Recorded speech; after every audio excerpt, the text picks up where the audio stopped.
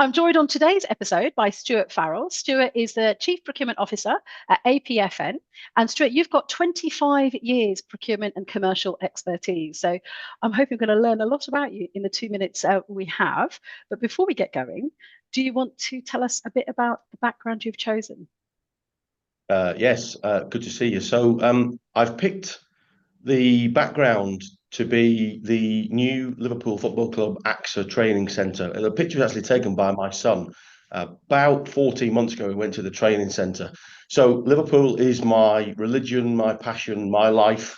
And I've had the privilege to be able to attend 4 Champions League finals over the last Oh my gosh. 10 or 15 years, from Istanbul to Madrid and Oh, beyond. wow. The reason why I thought the picture was important in terms of today's conversation is that Liverpool's background and history in terms of its academy and training its next generation of talent up until then, from the 1970s up until about 2022, was at Melwood, which is a legendary site for all of the great players that I've watched and my father watched and my grandfather watched. So history.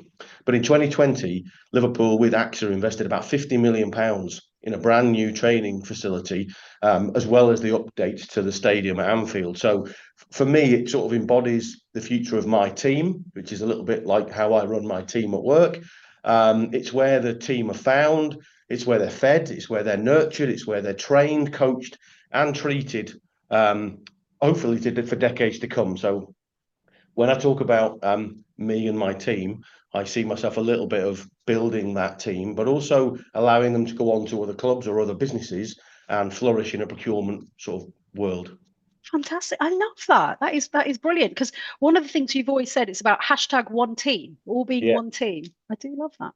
yeah. Right. Are you ready to answer these questions? I want to get the timer going. Let's go. Right. Here we go. 2 minutes. Start now. If you could give your younger self one piece of leadership advice, what would it be? Probably listen more and speak less.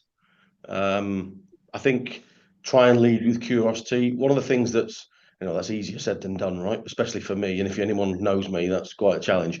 But in my opinion, great leaders are the ones that kind of can't answer all the questions. They rely on their team. They know the questions to ask, but they empower their team to basically run the business and lead the business. I think that's a sign of a good leader. It's about I'd probably say to my younger self, it's about allowing people to do what they do and prove themselves, not worrying too much about proving myself. Believe in your own ability, and real leadership is about bringing the best out in others, a bit like players in the squad or trying to build the first team. Okay, you've got not long left. What is the most rewarding part of working in procurement for you personally? Um, Building strong relationships with suppliers, partners, and my team and their families. So I would go so far as to say that some of the best relationships and friendships I've got have been with suppliers, that transcend into football and cricket and other out of work activities. So I'd say most of my external friends are people I've worked with in the past. What's the best piece of advice you've ever received? Uh, my old CIO mentor, Ian Patterson at Fujitsu, he was an Evertonian, but still got on, once told me that you need to prepare for the meeting as well as you can, any review or commercial negotiation. And basically, when you walk into that room, remember that you're the expert in the field. There might be other people that know little bits about your area, but you're the person that owns it. So own the topic, go into the meeting, and basically he used to say to me, now go on and own it. I love that. Well, we're at 2 minutes, but I wouldn't have expected anything else. What is the biggest trend in procurement you believe companies should be investing in right now? Well, it's kind of linked to the picture. So it's about investing in future talent for me. I think future talent, future facilities, and technology. So that would be my area. Excellent. And the last question, as we're running over time, is going to be a short one. You're stuck on a desert island. A chest arrives onto the beach. What do you want inside that chest?